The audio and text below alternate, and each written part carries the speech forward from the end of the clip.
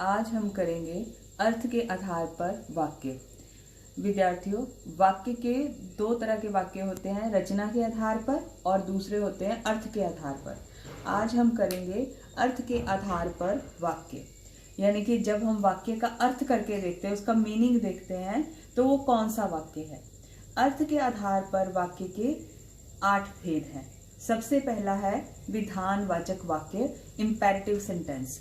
ये क्या होते हैं? ये हमें सूचना देते हैं, बताते हैं कि क्रिया कैसे हो रही है, क्या हो रही है। सूर्य उदय हुआ, माता जी ने खाना पकाया, हम बाजार गए। इसमें कोई भी किंतु, परंतु, इफ, बट, नहीं, ऐसा किसी शब्द का नहीं कोई इस्तेमाल, सिर्फ सिंपल साधारण वाक्य हैं, उसे हम कहते हैं विधानवाचक वाक्य। इन वाक्यों को कथनात्मक वाक्य भी कहते हैं। विधान का मतलब होता है किस ढंग से हो रहे हैं, क्या हो रहा है, क्रिया किस ढंग से हो रही है। तो ये सिंपल सेंटेंस जिसको हम इंग्लिश में कहते हैं वे है सूर्य उदय हुआ, माता जी ने खाना पकाया, यानी इंफॉर्मेशन दे रहे हैं, सूचना दे रहे हैं। ये विधानवाचक वाक्य हमें कोई ना कोई सूचना देते हैं। दूसरा हमारा है निषेधवाचक वाक्य। निषेधवाचक वाक्य को इंग्लिश में हम नेगेटिव सेंटेंस कहते हैं, यानी जिसमें ना होती है, नहीं होता है या मत होता है। तो इसमें क्या लगता है, ये सीधी बात है कि जो नेगेटिव सेंटेंस है, निषेधवाचक, निषेध का अपना मतलब ही मना या नहीं होता है, तो इनमें क्या होता है, किसी चीज के बारे में नेगेटिव सेंस आती है। यानी जब हम वाक्य का अर्थ करके देखते हैं तो हमें जो उसके अंदर सूचना होती है वो नहीं के रूप में होती है। फूल मत तोड़ो, इसमें जो मत है वो निषेध का सूचक है। हम बाजार नहीं गए, तो नहीं जो है वो निषेध का यानी मना का सूचक है। अब अगला सेंटेंस देखिए, तुम तो पास होने से रहे।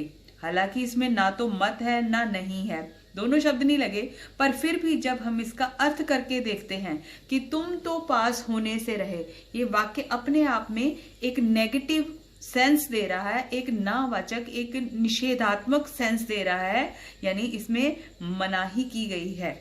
तो क्योंकि वाक्य ही अर्थ के आधार पर है, तो इसमें से हमें अर्थ क्या निकलता है? नहीं, निषेध। तुम तो पास होने से रहे, यानी कुछ ऐसे सेंटेंस भी होते हैं जिसमें सीधे रूप से नहीं या मत नहीं लगा होता, फिर भी जब उनका अर्थ किया जाता है तो वो निषेधवाचक वाक्य होते हैं, उसमें नहीं की फीलिंग होती है। तो इसे हम कहते हैं निषेधवाचक वाक्य। अगला हमारा भेद है प्रश्नवाचक वाक्य। नाम से स्पष्ट है कि जिन वाक्यों में प्रश्न होता है, क्वेश्चन मार्क होता है, इंटेरोगेटिव सेंटेंस होते हैं, वो होते हैं प्रश्नवाचक वाक्य। इनकी पहचान सीधी है कि इसमें क्या, कितने, क्या, कहाँ, इस तरह के शब्द लगे होते हैं और पीछे प्रश्न चिन्ह लगा होता है। क्या सूर्य उदय हुआ? आप कितने भाई हैं? क्या आप बाजार गए थे? यानी सबके पीछे प्रश्न चिन्ह यानी क्वेश्चन मार्क लगा हुआ है, और इसमें व्हेन, वेयर, विच, हुज, हुम, उस तरह के जो हिंदी भाषी शब्द हैं उनका इस्तेमाल किया जाता है। क्या, कब, कितना, कैसे, ये सब होते हैं, और इसे हम कहते हैं प्रश्नवाचक वाक्य। अगला जो हमारा इसका भाग है वो है आज्ञावाचक वाक्य। आज्ञा का मतलब आप जानते हैं, आज्ञा का मतलब होता है किसी को अलाउ करना, ऑर्डर देना। अब इसमें 2 तरह के वाक्य आते हैं आज्ञावाचक में। डिनोटिंग ऑर्डर, मतलब निर्देशित क्या करता है, डायरेक्शन किस चीज को देता है? ऑर्डर को। अब इसमें क्या है कि या तो उसकी आज्ञा दी जाती है रिक्वेस्ट की फॉर्म में, या उसे ऑर्डर दिया जाता है, या आदेश दिया जाता है, या उससे प्रार्थना की जाती है। बाहर बैठो, इसमें क्या है? ऑर्डर का भाव है कि बाहर बैठिए। कृपया इंतजार कीजिए, हालांकि कृपया क्या है? रिक्वेस्ट है, पर फिर भी हम इसको क्या कहेंगे? आज्ञावाचक वाक्य। निकलो बाहर कमरे से, इसमें ऑर्डर का भाव है, तो लेकिन क्या है फिर भी ये आज्ञावाचक वाक्य। चाहे इसमें ऑर्डर होता है, चाहे रिक्वेस्ट होती है, कहते हम उसको क्या है? आज्ञावाचक वाक्य। उसके अगला है हमारा इच्छावाचक वाक्य। इच्छावाचक वाक्य में डिनोटिंग डिजायर, डिजायर मतलब इच्छा, किसी के भले के लिए, किसी की अच्छाई के लिए, या वैसे भी कोई इच्छा जब हम अपने मन से करते हैं किसी के लिए, उसका मतलब होता है इच्छावाचक वाक्य। ईश्वर आपकी आयु लंबी करे, किसी के लिए हम वेल विशिंग करते हैं, तो ये क्या है? इच्छावाचक वाक्य। आप सफल रहें, इच्छावाचक वाक्य।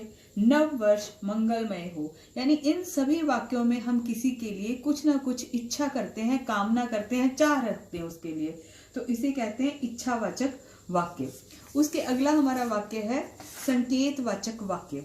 संकेतवाचक वाक्य में संकेत का मतलब होता है इंडिकेटिव, इंडिकेशन करता है, जहां पर एक क्रिया दूसरी क्रिया के होने के लिए इंडिकेशन करती है कि यदि पहली क्रिया होगी तभी दूसरी क्रिया होगी।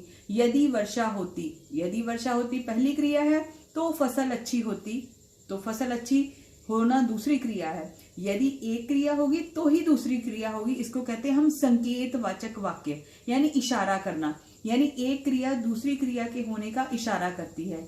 यदि समय पर पढ़ते तो सफल जरूर होते। एक अगर तुम पढ़ने की क्रिया करते तो तुम सफल होते। यदि पैसे होते तो बाजार जाते, यानी जब एक क्रिया होगी तभी दूसरी क्रिया का होना संभव है। इसे हम कहते हैं संकेतवाचक वाक्य। उसके बाद अगला है हमारा संदेहवाचक वाक्य, यानी डाउटफुल सेंटेंस, जहां पर क्रिया के होने के बारे में हमें पक्का पता नहीं होता, हमें उस बात का शक होता है कि शायद ऐसा हो।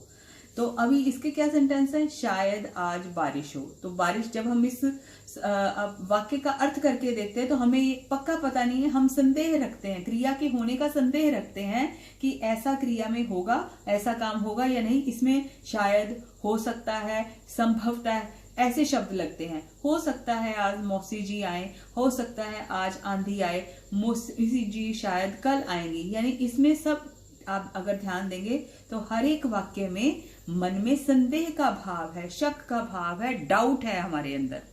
उसके बाद अगला और लास्ट हमारा है विस्मयवाचक वाक्य। विस्मय का मतलब होता है हैरानी।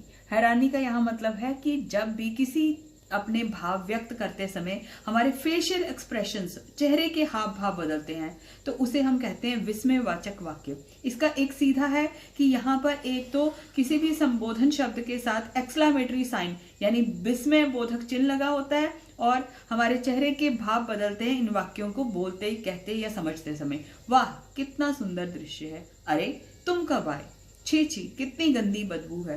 तो आपने देखा होगा कि जब विस्मयवाचक वाक्य में एक तो एक्सक्लेमेटरी साइन यानी विस्मय बोधक चिन्ह लगा होता है और दूसरा हमारे भाव बदलते हैं, तो ये हो गया विस्मयवाचक वाक्य।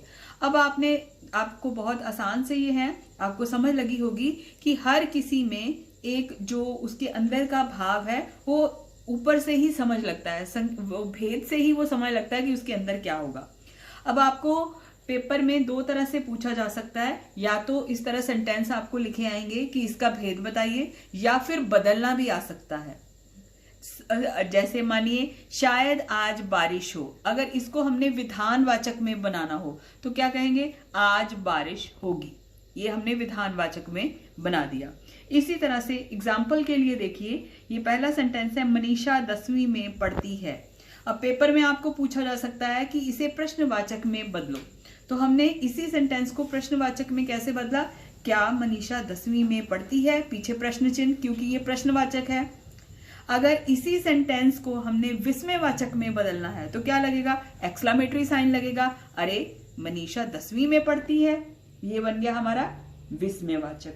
अब इसी को अगर हमने आज्ञावाचक में बदलना हो, मनीषा 10वीं में पढ़ो, इसका मतलब उसको ऑर्डर दिया गया है कि तुम 10वीं कक्षा में पढ़ो, तो एक ही सेंटेंस है, उसको अलग अलग तरह से बदला जा सकता है। मनीषा 10वीं में नहीं पढ़ती, बताइए ये कौन सा सेंटेंस है, ये है निषेधवाचक वाक्य, क्योंकि इसमें नहीं लगा है। मनीषा 10वीं में पढ़ती होगी, इसमें क्या है, हमें शंका हो रही है, तो ये क्या हो गया, संदेहवाचक वाक्य। अब बहुत सारे बच्चे संदेह और संकेत में हमेशा घूम जाते हैं, तो उसमें क्या है, संकेत का मतलब है इशारा, यहां पर क्रिया एक क्रिया दूसरी क्रिया को इशारा करती है।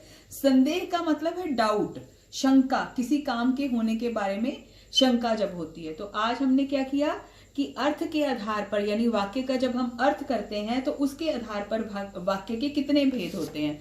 तो पहला विधानवाचक, जिसको कथनात्मक वाक्य भी बोलते हैं, दूसरा निषेधवाचक वाक्य यानी नेगेटिव सेंटेंस, प्रश्नवाचक वाक्य, आज्ञा यानी ऑर्डर या रिक्वेस्ट, इच्छा का मतलब डिजायर होना, किसी की कामना करना, किसी के लिए अच्छे के लिए, उसके भले के लिए इच्छा करना। संकेत का मतलब है इशारा, अगर एक क्रिया होती है तो ही दूसरी क्रिया होती है। संदेह का मतलब है क्रिया के होने के हमें शक है, संदेह है, शंका है। विस्मय का मतलब आप समझ गए कि जहां पर एक्सक्लेमेटरी साइन विस्मय बोधक चिन्ह होता है और चेहरे के भाव बदलते हैं तो वो है विस्मयवाचक चिन्ह। अब इनके साथ आपको कुछ उदाहरण दिए जाएंगे, वो आप अपनी कॉपी पर इन सबको लिखकर उसके उदाहरणों को आप सॉल्व करेंगे। धन्यवाद।